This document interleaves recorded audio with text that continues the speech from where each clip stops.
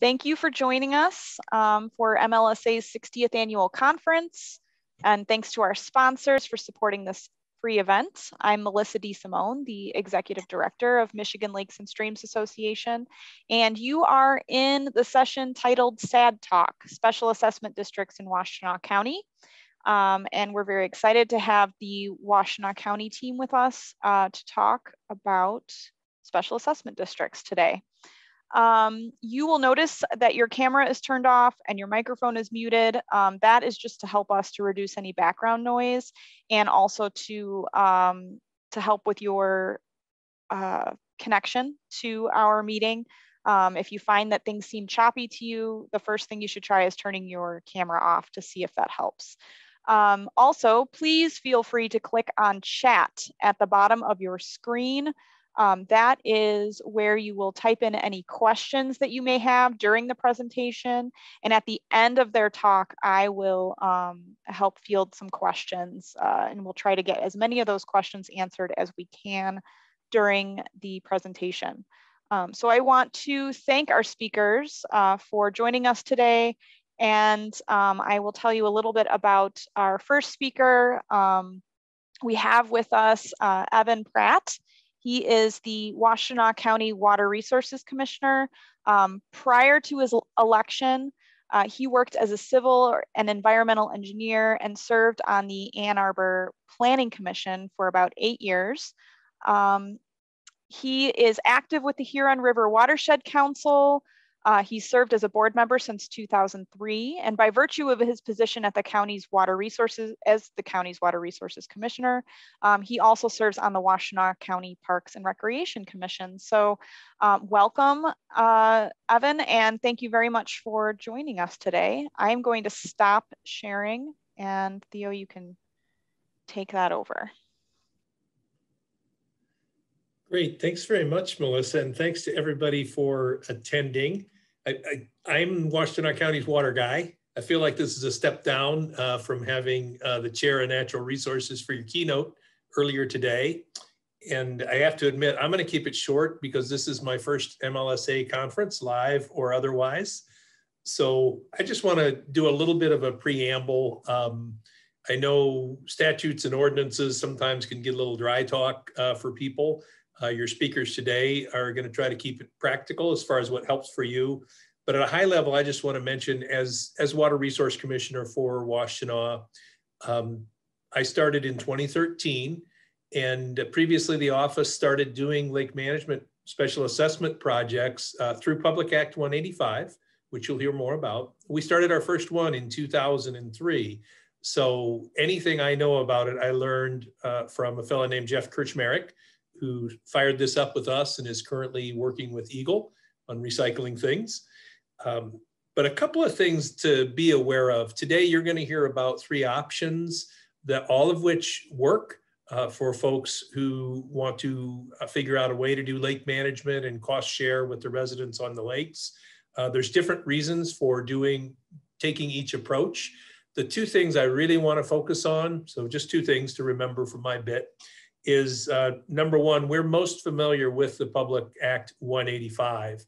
This was created back in 1957 to allow financing and special assessments for public works projects. And it was created in tandem with 1956, what's called the Drain Code. So a Water Resource Commissioner is another name for Drain Commissioner by statute if you've got a few extra duties. But we're most familiar with 185, and that's the main thing I wanted to mention. Essentially, it lays out 4 different ways that you can accomplish a variety of public works, and it would allow you to build a dog pound if you wanted to also, for reasons I don't fully understand. But the main thing I wanted to mention is 3 of the 4 ways of financing and handling public works in any county in Michigan involve the Drain Commissioner in one way, shape, or form. So that's one of the reasons why it's a go-to for us. Another reason is because we're a moderately wet county, and therefore we have a lot of county drains and we have a lot of assessments. That leads me to the second point I wanted to make is every county drain commissioner's office is a little bit different. Some are a lot different. Many drain commissioners are in counties that for various reasons have very few county drains. There's only 3 miles of county drains, for example, in the entire UP, whereas the state of Michigan has about 41,000 miles of county drains. So some of your county drain commissioners don't have much in the way of staff. Some have none. A lot have 1 or 2 people. And being an active participant or taking on the role that our county has, they simply don't have the bandwidth for that. So I think one takeaway from this is try to reach out and talk with your county drain commissioner about if they've ever done lake management work. My experience from talking to my peers is not many of them do the Public Act 185 like we do, which is why we're trying to cover some of the other bases. More of them prefer that lake board method, specifically Livingston and Oakland County. Many of you may be aware, are neighbors of our county, and that's their preferred method and is a role that they're more comfortable with. And you may get additional answers from your drain commissioner, I guess is my main point. So with that, I will just introduce my Public Works Director, Theo Eggermont, who's been a great help in keeping me organized, in running point on both lake management as well as recycling. You see his email address there. If you're thinking of starting a recycling program, he is a wealth of knowledge in that area as well. But right now, I'd just like Theo to take over, and I wish you all well. Thanks, Evan. So I'm going to kick us off. I'm going to talk about 3 different ways to start a special assessment, and then I'm going to turn it over to Lauren Koloski, who's the environmental supervisor at Washtenaw County. She's the go-to for our lake assessments and on-the-ground management. And then Gabby Metzner-Gustafson, who's the lake consultant that we have for 3 out of the 4 special assessments that we do for lake improvement projects. So with that, advance here. So just an overview of what I'm going to talk about. My goal is to help those who might be interested in different special assessment district options or who are looking to start a special assessment district, to give a little bit of the nuance, just an overview. And I should start with the disclaimer that I'm not a lawyer, and that if you do plan on starting a special assessment district, always start with your legal counsel, because they're going to make sure that you go through the right process, since there are some hoops, and it's best to follow the process because it will end up being cheaper for you. And I'll talk a little bit about that, where you can go astray.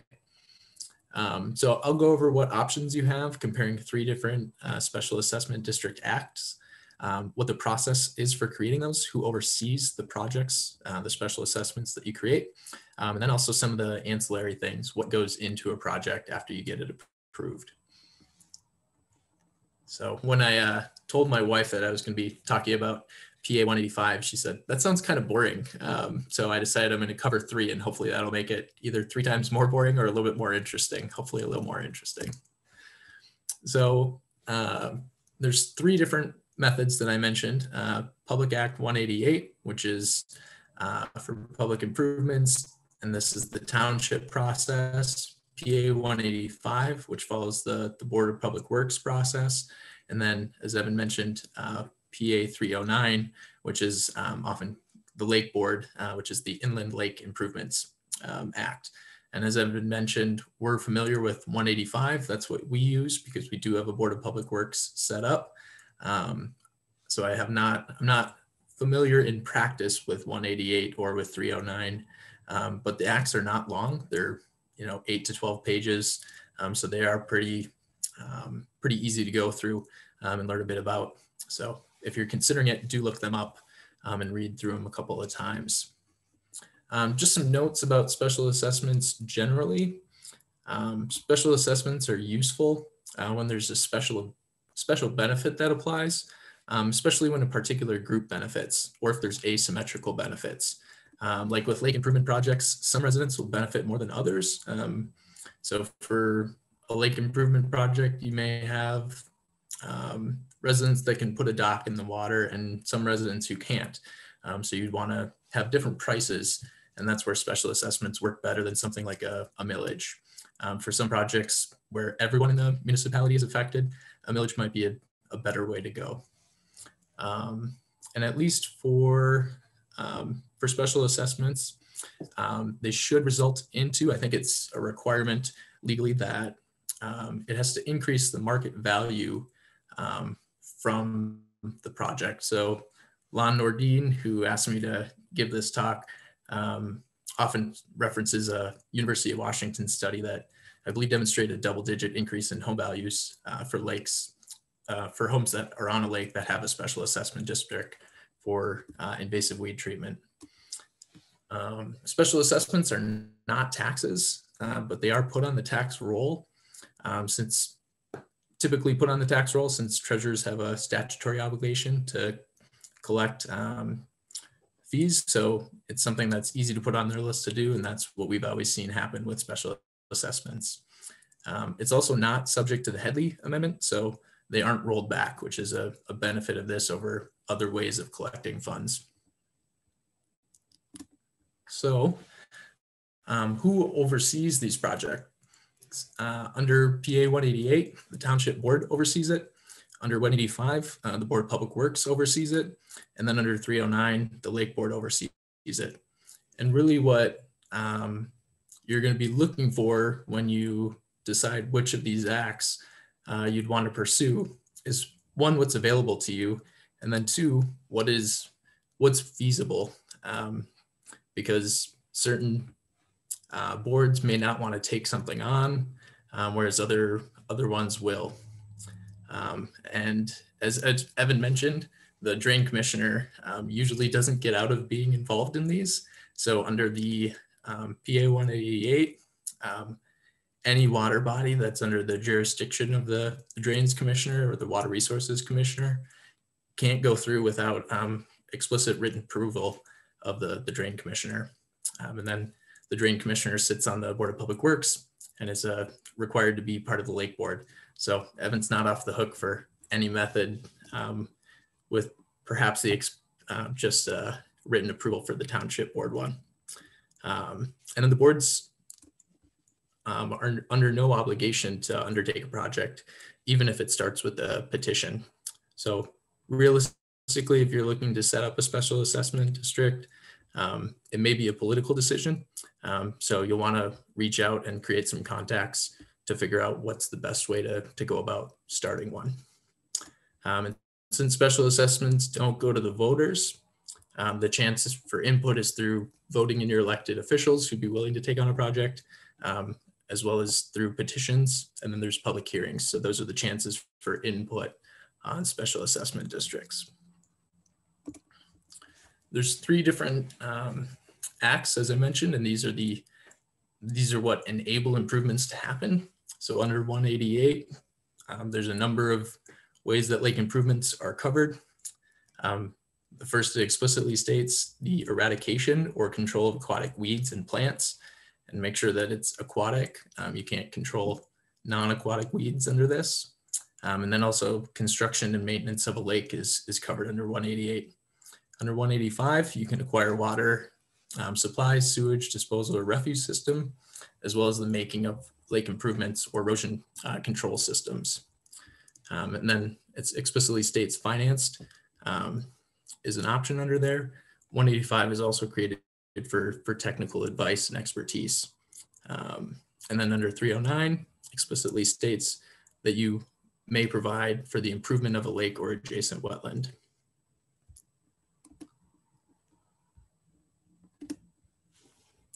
There's, as far as starting a special assessment district, typically and realistically, residents will reach out to officials to see how they should start it. There will be some conversations back and forth.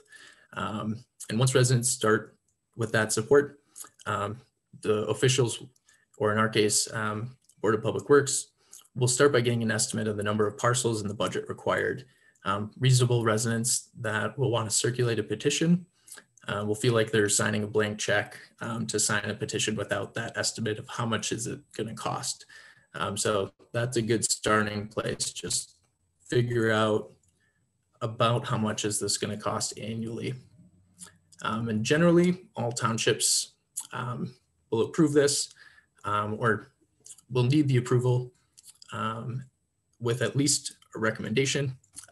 For public works, a petition is not required, but we always recommend to townships that you seek 2/3 approval, just so you've got the support of residents, because there is, to show that there is strong support for the project. Anyone who's worked with townships long enough know that vocal minority can cause a lot of feedback and can be problematic for starting something. So you want to ensure that you actually have the support that you think you do to start a project. And then an additional benefit of having that petition is you show you have advocates who are available, and sometimes those people can advocate for the project, as well as educate people who are opposed to the project. So we recommend having 2/3 under PA 188 specifically. You need the township can move ahead without a petition, but there's the possibility for a blocking resolution. So if 20% of the, I believe it's landholders in this case as well, circulate a petition that says they don't want the project, then you have to circulate a petition and get 50% of the landowners. And that's landowners, not the percentage of the parcels. So it actually does go by area, which is kind of an interesting one. And then under 309, you can either start it by petition or by having 2/3 support.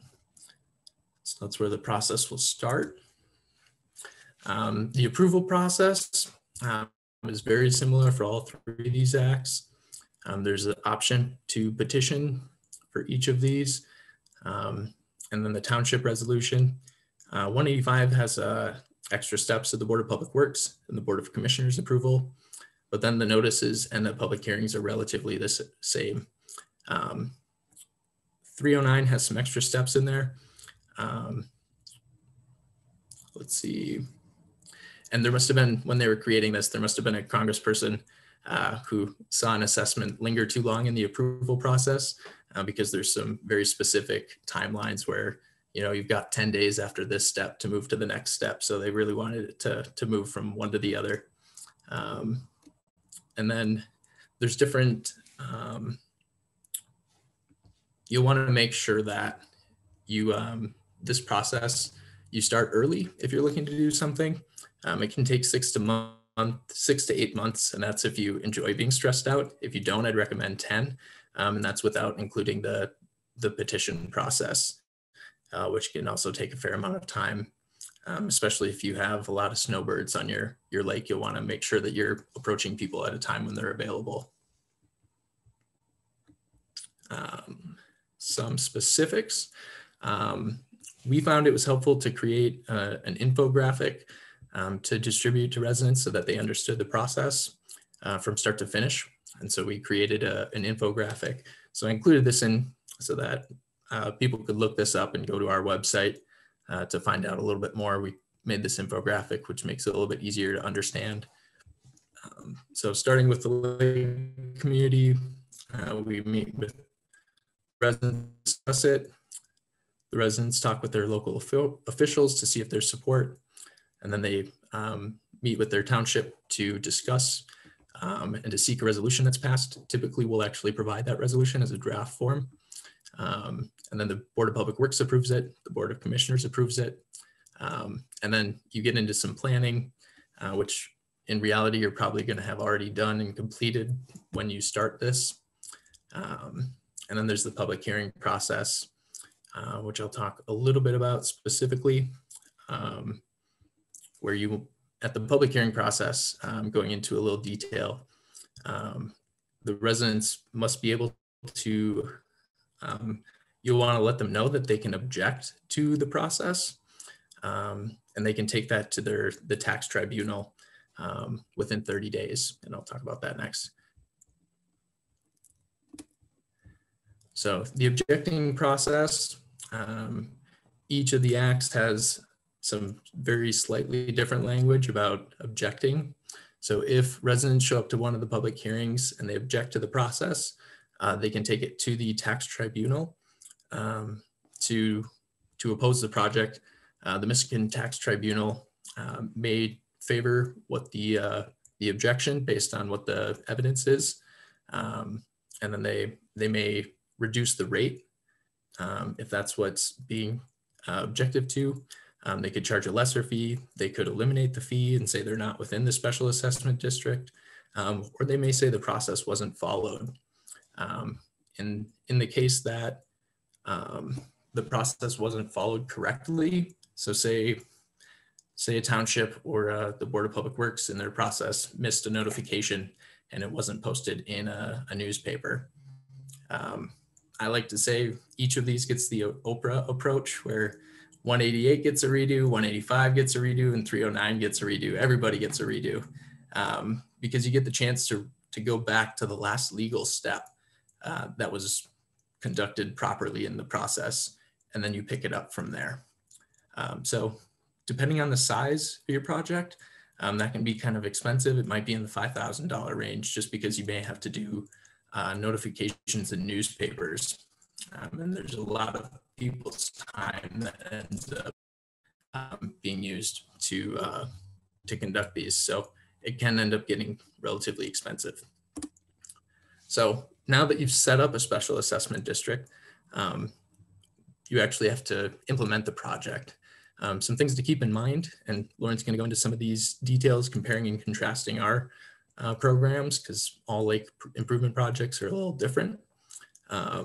But you want to make sure you've got stakeholder engagement from the start. That includes your boards, your contractors, riparians, both active and non-active, thinking about how you're going to reach out to those individuals and communicate what you're doing and start those relationships as early as you can with riparians, as well as with Eagle, your permitting body and regulating body. You need to create contracts with the lake consultant, applicator, and harvester. We always recommend having a contractor or a lake consultant who prescribes the treatment and an applicator who actually applies the treatment. You don't want to have the same incentive structure for someone who's putting chemicals in the lake benefit by putting more in than is necessary. Have a communication strategy in place, making sure that you've got regular updates to your community and frequent touch points, treatment notifications and posting notifications. We have different setups for postings and discussing that early, where like Pleasant Lake, whenever there's any treatment on the lake, we post the entire lake, even if it would not impact a separate portion of the lake. So residents will have different opinions on that, and trying to figure out what you want to do early on is helpful. Making sure that you've got a budget in place and can amend that. You can reduce the amount under PA 185 that you charge from the original, but there's an interesting clause where if you charge less than 25% in 1 year, you're limited to 4 times that amount in subsequent years. So if you charge 10% 1 year, the most you could charge would be 40% during the rest of that project. But you can, under PA 185, you can have a project go for 40 years. For lake improvement projects, realistically, you probably only want to go 5 to 7 years because the cost of things may change or support may waver. So you want to have a renewal option within a reasonable period. So 5 to 7 years is kind of the recommended for that. You want to make sure you're communicating with your assessor. There might be deadlines in order to get things on the tax roll, typically put on the winter tax roll. And then also make sure you've got maintenance of your roll for who's in and who's out of the assessment. Sometimes parcels will be split or combined, and making sure that you've got those pieces in place. So when those happen, you're aware of them and can adjust. And then again, another communication item, reporting back to residents for what are the results, what's going on, and then have some forethought for what's the worst kind of thing that can happen. With climate change, we're seeing more potential for harmful algal blooms. And so reaching out to your health department to figure out what their posting is. We actually found that working with the state, if we have some additional resources like Abraxas strips on hand, we can do some preliminary tests, and we can actually, well, we can take a sample and then bring it out to Eagle to test, so that we can get a response much faster, because they may need 3 or 4 days to actually get out to a lake if they're particularly busy. So we can expedite that process quite a bit by having a little advanced thought. So just a quick note on some of the PA 185 examples projects that we have. We have one recycling project. Well, I guess it's actually two, because one is for debt, which is for the capital improvements to create a building, as well as have the processing machinery for recycling. That's a 15-year process. And then the operation and maintenance of the recycling drop-offs for people to bring the recycling to. And then we have 4 different lakes projects, which vary quite a bit in size. Huron River chain of lakes, 2,300 households, whereas other lakes as small as a couple hundred. So quite a variable range of things that we do, which is why Lauren's going to talk a bit about the differences and comparing them each. So with that, I'll turn it over to Lauren. Thank you, Theo. Hi, everyone. I'm Lauren Koloski. I know a few of you on this call, so it's good to see some familiar names. I'm going to talk a little bit about the 4 projects that we oversee here in Washtenaw County and the nuances of each one that makes it successful, the setbacks we have, and just kind of how we manage these projects individually. Because as Theo said, no 2 projects are the same. So here you'll see my 4 lakes. Theo, could you go back really quick? Well, so here's my 4 lakes that I have. I have North Lake, which was established in 2017. Pleasant Lake, I have 2014. Whitmore Lake, it's between 2004 and 2003. That was a long time ago. So I wasn't even out of high school at that point when that one got established. And then there's the Huron River chain of lakes, which is our newest one.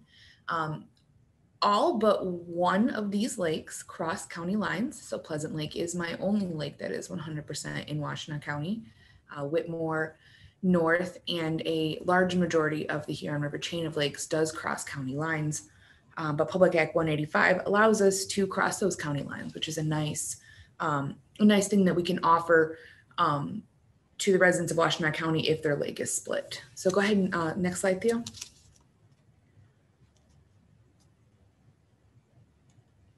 So as I said, this is when each lake was established.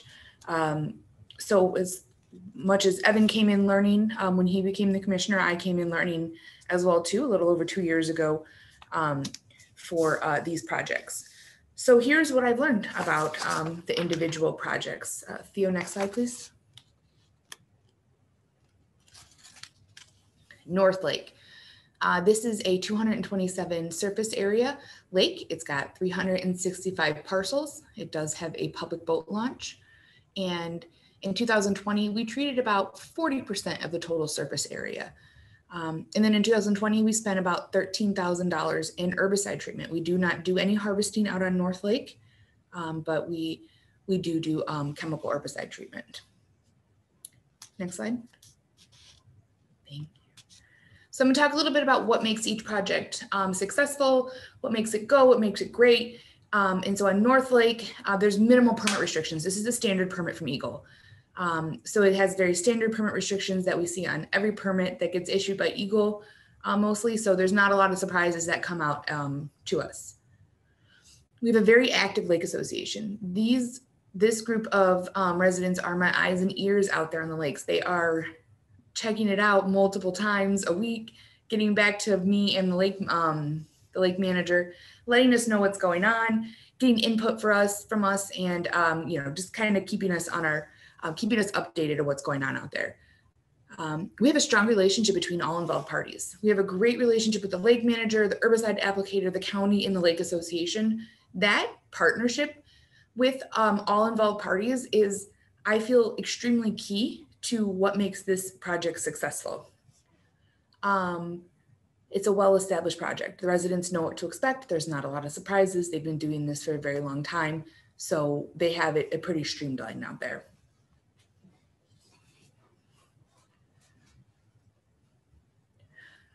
What makes this project slow? So every lake is different. No two lakes are the same. And I will also mention that I'm not a scientist. So if Gabby has any other inputs, because she helps oversee my North Lake, when she gets on, feel free to add on, Gabby, if I mess something up. But North Lake, we've seen a lot of opportunity for algal blooms. We have, the last 2 years have brought a lot of algae onto the lake. And then another thing that we have with North Lake is there's a lot of undeveloped shoreline, which we can't treat for algae. So then when the wind blows, it kind of blows the algae around, and we've already been gone and we're left, and we don't have the boat out there to treat the algae that comes up. It has a public boat launch. Anyone can launch their boat on North Lake, which opens up the possibility for aquatic invasive species if they don't follow the wash, rinse, and drain laws. There's lots of invasive weeds out there. I can't remember the name of all of them, but they have, I think, almost every one that we find out on a lake with a public boat launch within this regional area. What I wanted to do here was to show the acres treated on North Lake, just show you how it differs. In 2019, we treated about 158 acres, but last year we only treated 89. So there's no surefire way to say how many we're going to treat, how we're going to treat each lake. And if my lake managers could tell you, every year is different, and I'm learning that as well as I go along.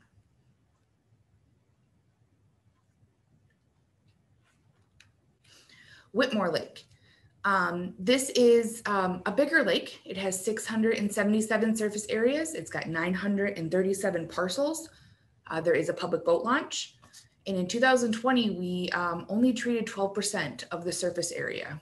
And then in 2020, we spent about $25,000 in herbicide treatment. We do not do any harvesting out on this lake. It is strictly chemical control.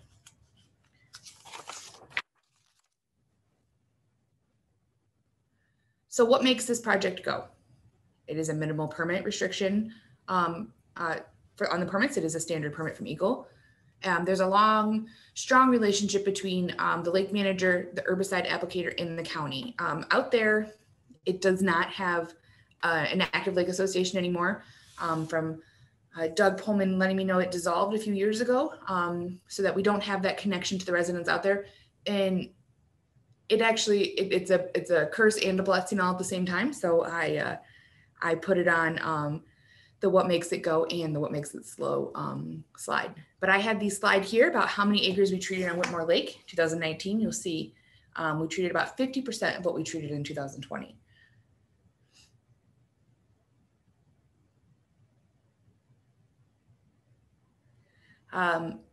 Whitmore Lake, we have no lake association out there. I have the emails for about 10 residents that email me, let me know what's going on. I'm growing it. And when this project gets renewed, I plan on implementing an education program to help the residents kind of get gathered and get engaged. So the residents are not sure who to contact when they have concerns. They might contact their township supervisor or the application company, which then all gets filtered back to me. The public boat launch, once again, this is a very active lake, and there's a public boat launch, so anyone can use it, which introduces a lot of species to the water body.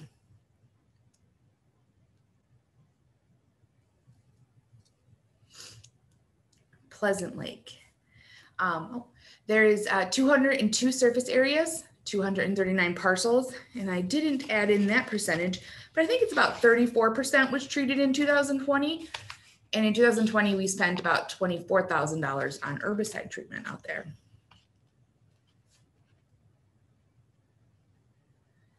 There's minimal permit restrictions. It's a standard permit from Eagle, which is always helpful.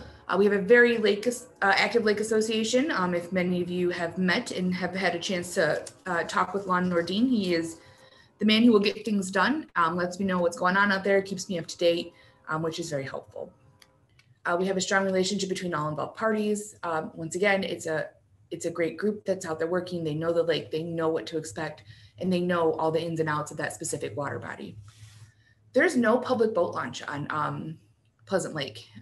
So we were able to not have starry stonewort invade the lake for a very long time. Last year was the first year that we treated for that plant. So having been able to hold off for that long, I think is quite a success, and hopefully we'll be able to continue to manage it effectively. You'll see, I don't know why my graph was a little off. I don't think my numbers are correct on that graph, but go ahead and next one, Theo. I don't know how that got transposed, but on Pleasant Lake, the residents who are not supportive of the project definitely slow it down. There's always something going on Pleasant Lake. Last year, during the middle of the pandemic, we had some dead geese show up, and we had to Lon had it in its freezer, and we contacted the DNR, the state. We eventually got it tested to find out that there was some botulism that had killed some geese on there. A couple years ago, we had a harmful algal bloom. I was not involved in that, so I don't have much information about what was done, but I do know that they did post and did some testing.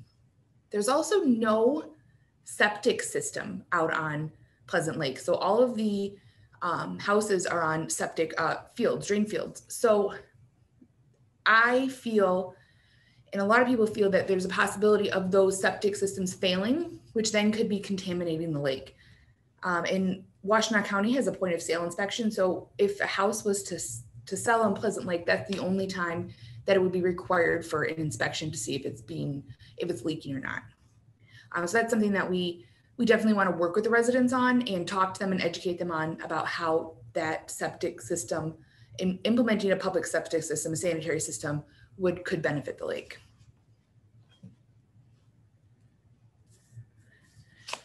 The Huron River chain of lakes. This is my biggest project. There's 1,602 surface areas.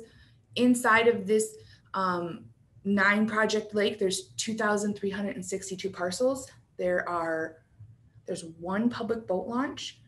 And in 2020, we spent about $215,000 on both herbicide and harvesting. So this is my only lake we currently do harvesting on.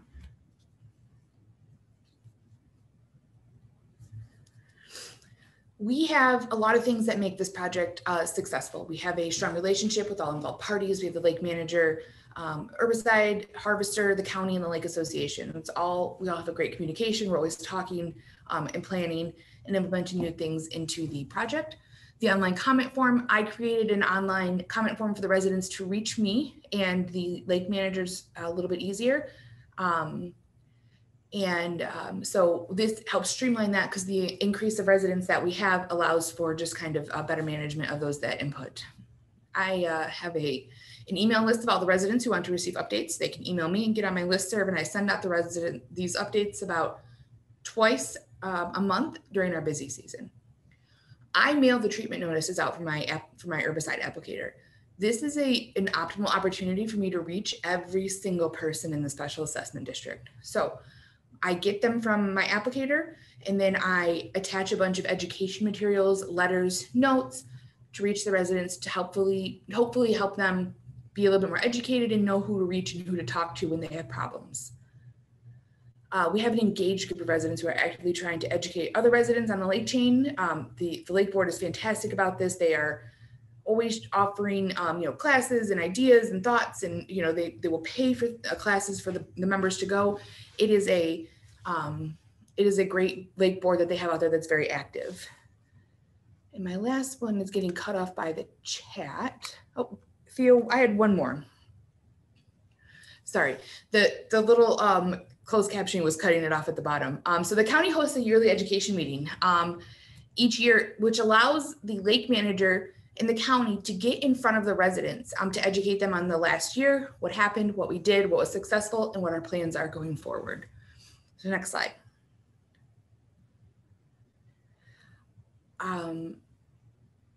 What makes this project slow? Residents who are not supportive of this project. As Theo mentioned, resident input is key. If you don't have residents who want the project, they're not going to be pleased, and they will express that to you. We do not have a standard. We have a couple standard permits out here on the chain of lakes, but for mostly we have a ton of restrictions when it comes to the federally threatened and endangered species. There's the snuffbox mussel, there's the Cisco fish, there's the pink slipper ladyfish, the eastern sand darter. So there's all these protected species that are out there that restrict what we can use, when we can use it, and how much we can use. So that's definitely a hurdle that we have to overcome every single year that this project is going on. So we have 9 lakes grouped into one project, and each one of those lakes is its own little ecosystem. So Tamarack Lake is a much smaller lake. It has a very small canal that the water comes in and out. The retention time is much longer there than, say, when you have on Portage Lake, where the water flows through. The connecting river is not permitted, so for herbicide treatment. So we have the breakup between the river connecting the different lakes. We can't use any sort of chemical treatment on there. Multiple permit revisions are required. I think last year we did about 4 on Portage Lake and Baseline, just to get the appropriate chemicals out there to help with the nuisance weeds. We also are required to do downwater drinking notifications. 7 and 2 days prior to any treatment, we do have to let the drinking water facility know exactly what we're putting in and when we're doing it. We can't find offloading locations for our harvester. It is not easy up in Strawberry and Zuki to get locations for our harvester to get his machine on there, and then the boat, the weed cutter off the lake to offload it. So that's a huge struggle that we're having for lakes that have a lot of chemical restrictions. Where we want to do harvesting, we can't do harvesting because we don't have sites to offload the plant material. We also struggle to reach everyone in the special assessment district outside of that initial mailing. So that's something that we continue to grow my email list with, to try to reach everybody so everybody knows what to expect. I thought this was a fun little graph in statistics that kind of shows you the comparison in 2020 of how much we treated on each lake. And you'll see that Whitmore in the chain of lakes, there's a much smaller proportion than on Pleasant and North Lake. So it just shows how each one is different. So chain of lakes is so big, but we only treated almost 35% of that lake. Whitmore Lake is pretty big as well too, but we only treated 12% of the surface area on that lake.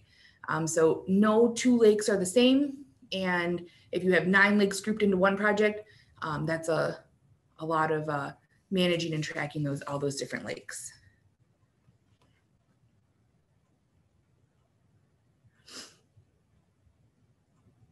So 2020 was rough in a lot of ways, but it also allowed me to learn how to manage these projects in a much more effective way. I couldn't go out on the water with them, and I wasn't able to host meetings and attend yearly annual meetings with the lake boards. So it allowed me to figure out how to manage these projects with a little bit administration hours that were spent. So you'll see there was a significant drop in 2020 from 2019, but 2019 was my first year on the job, so I was learning a lot. But last year, I think we did pretty good in reducing that, which my time spent on a project ultimately gets paid back from the project. So it helps me use my funds more efficiently when I'm able to be more efficient myself. So I expect the admin hours to increase for 2021, but I don't expect them to increase the levels they were in 2019. So the more experienced I get and the longer these projects are being established, the less time that comes out of my work week.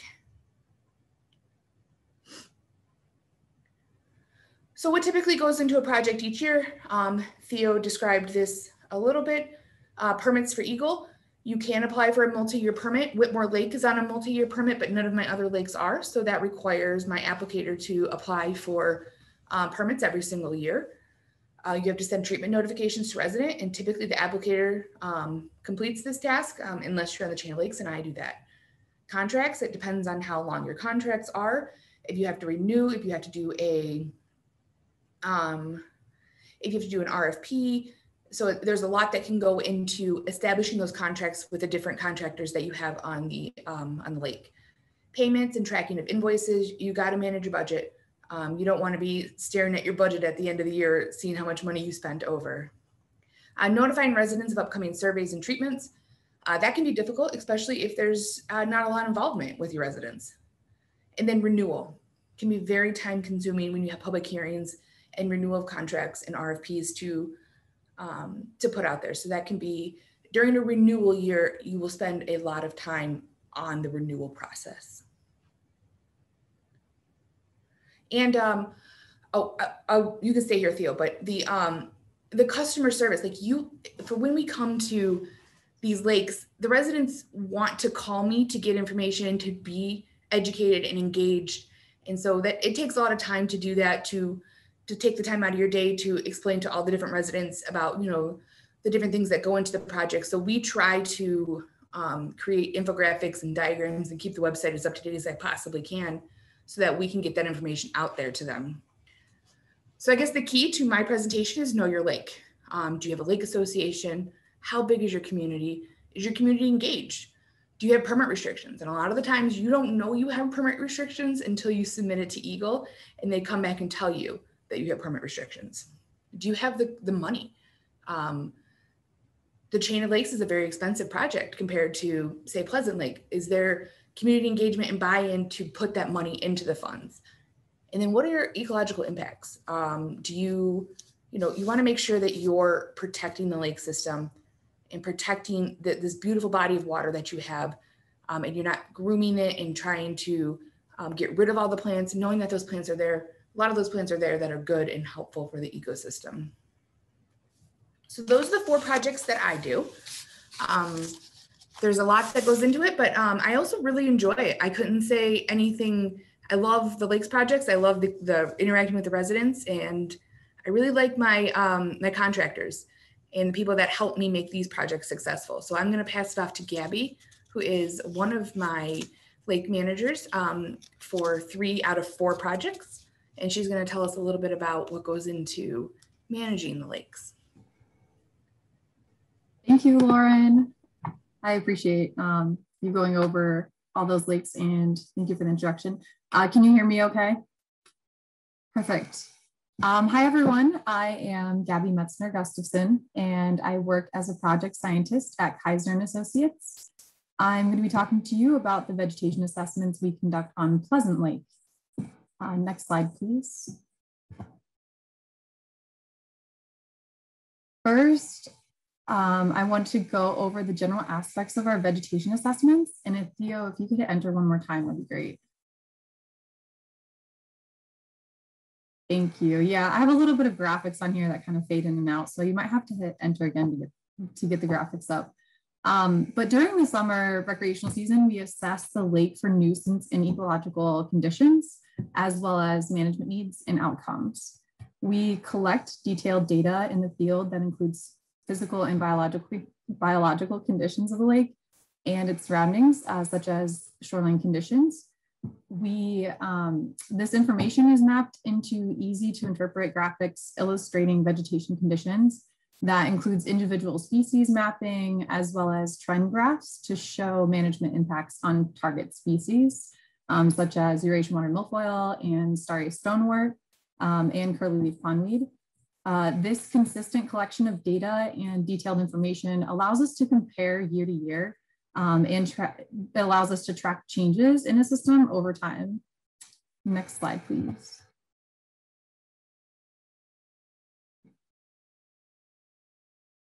So I'm going to go over our vegetation survey methods. And this is a good graphic showing our aquatic resource observation sites, or AROS for short, which are polygons that we use to differentiate sample areas.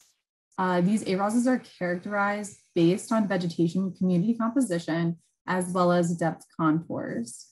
So we actually are subcontracted by Doug Pullman, who had developed the lake scan method from AQUARIUS, and he had developed this system of differentiating sample locations based on that community composition, as well as depth contour.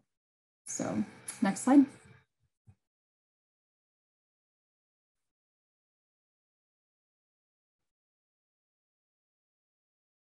In each AROS, we throw double-sided rakes to help determine what species are present in each sampling location. Rake toes aid in determining species density and distribution.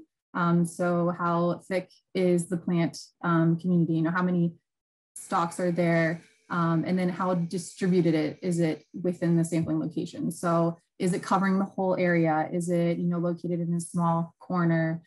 So those are methods that we use to help determine that information. We also utilize visual observations in sonar to help determine species density and distribution. Next slide.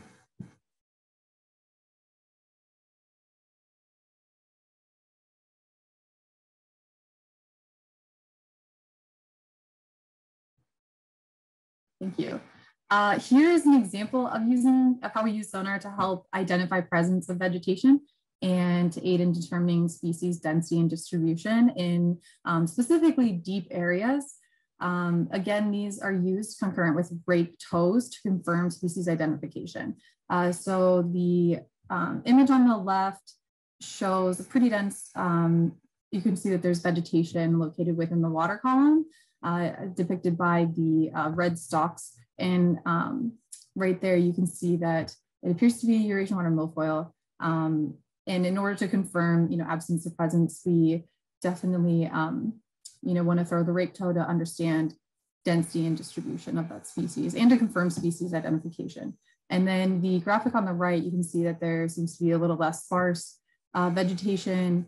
And again, if we see a little bit on the screen, we definitely want to throw within those sampling locations just to confirm. Next slide, please.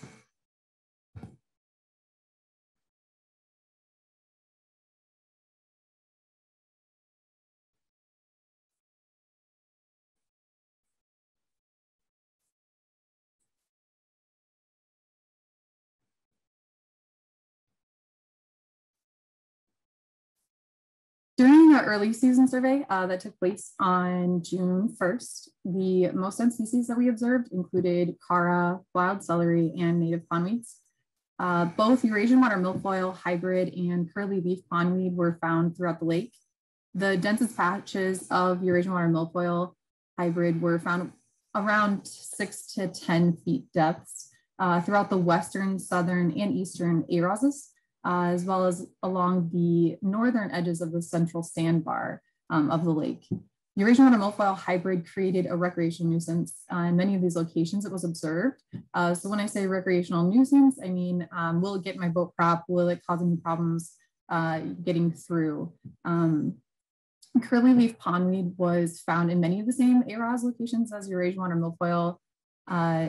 This was growing at 6 to 14 foot depth, so a little bit deeper. But inhabited many of the same locations.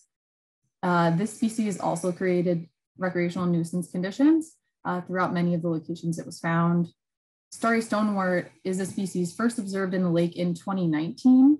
It was only found in one location, and we detected it again in the same location as we found it in 2019. Next slide, please.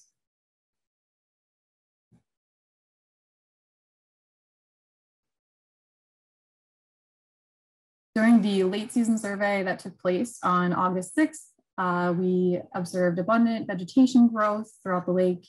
Water lily coverage increased throughout the western, southern, and northern lobes. Wild celery was abundant throughout a majority of the lake. In some areas, the species was topped out in creating dense recreational nuisances in many of the locations it was found.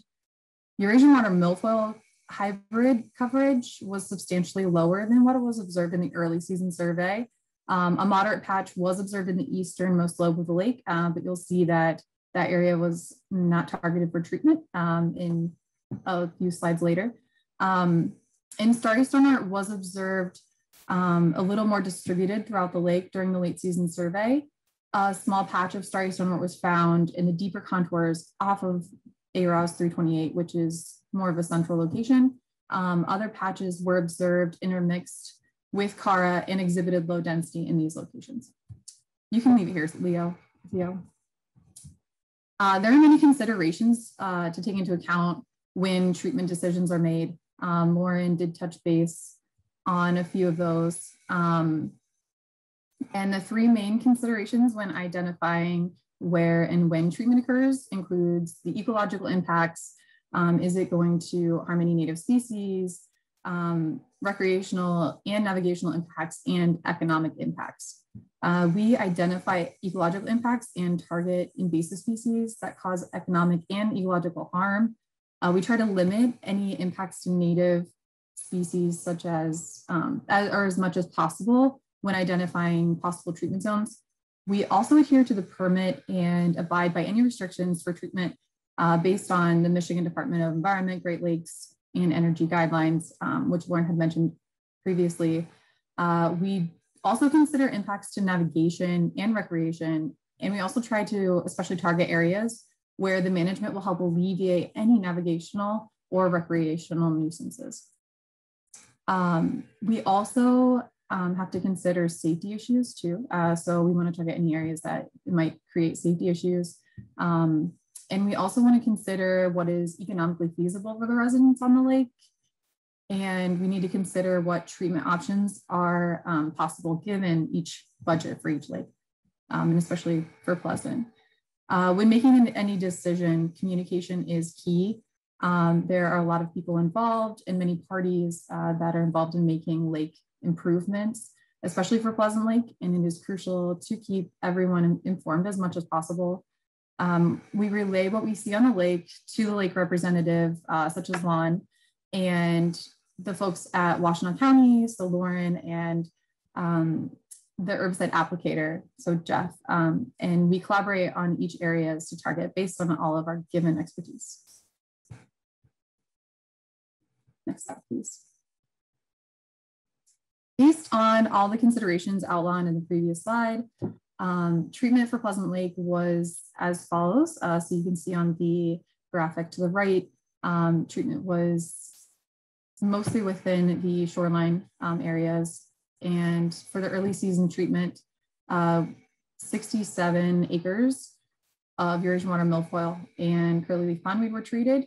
And treatment outcomes were assessed during the late season survey. And a reduction in overall nuisance species was observed. The late season treatment targeted, so there was another treatment done on September 21st, and this targeted starry stonewort. It also treated water lilies for lake access, but just as a note, the water lily treatment wasn't funded by the SAD, it was funded by private residents. But I did include that because we will assess that, the treatment's outcomes in 2021. Next slide, please. So here is an example of the visual representation of treatment outcomes. These color dots represent the species coverage for that particular AROS. So this is Eurasian Watermilfoil. The dark blue dots represent the absence of this particular species, with the light blue dots indicating very light coverage, and then the scale with red indicating very heavy coverage of a particular species. As an added note, this map does not necessarily show where the species are a nuisance or topped out. So that's something to keep in mind. It just shows coverage. It doesn't necessarily show how high it is in the water column and if it'll cause a problem in your boat prop. Next slide, please.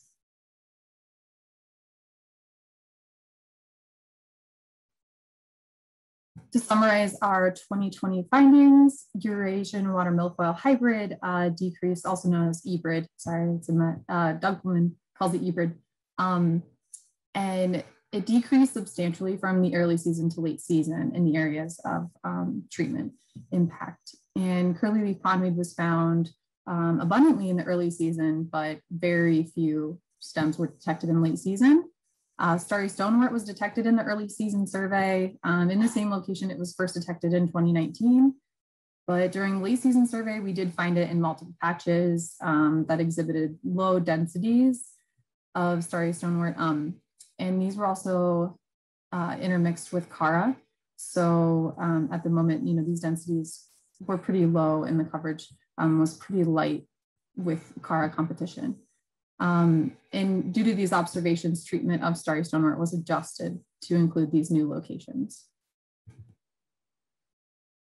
Next slide, please. We provide 2 reports based on the information collected. So one is an early season interim report, and the other is a final report. The interim report is distributed after the early season survey, and it gives the overall conditions observed in the lake, as well as information on any early treatment outcomes. And we're able to relay this information to lake entities and help guide management decisions. The second report is the final report, and it's a year-end report, which is more in depth and provides information on the lake or the health of the lake throughout the year. This information is compared to previous years, which is important to help track changes in a lake system over time. This information is also relayed as species coverage maps and graphs for easy comparisons, as well as tables to help communicate information to our clients. Management efforts are also reviewed and assessed for efficacy, and future recommendations are included to help plan for better management outcomes.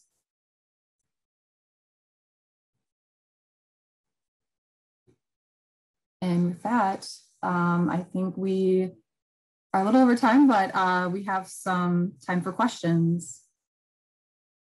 Okay, so thank you very much. Yeah, and I think we will just take just a minute for questions. There was a question about the session, let's see, for Lauren.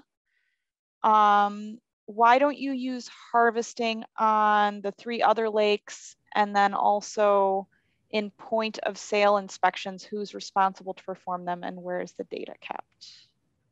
We do not use harvesting on the other lakes. I believe before I came on board, it was tried and it wasn't a successful approach for the residents. And I can't speak to what happened before this, but a lot of the residents weren't very happy with it. And we don't have a lot of permit restrictions on the other lakes like we do on the chain of lakes, where harvesting is our only option in certain areas because of chemical restrictions. So it's just not something that the other lake associations has discussed with me about taking on for the projects. And the point of sale is overseen by the environmental health division. And so I do not have information on that, but I can definitely put their website and phone number in the chat. Okay, and then there was a question, and I think someone else in the group answered it, so thank you for that. But just in case you had something to add, have you looked into drone or sensor survey of aquatic plants? This person has talked to a company that's doing that and finds using the proper sensor filter combination, you can determine more specific areas of invasives, and the data can be GPSed and so forth. So I don't know if you had something to say about that. We have not explored that, but Gabby, go ahead. I was going to comment to you guys anyways.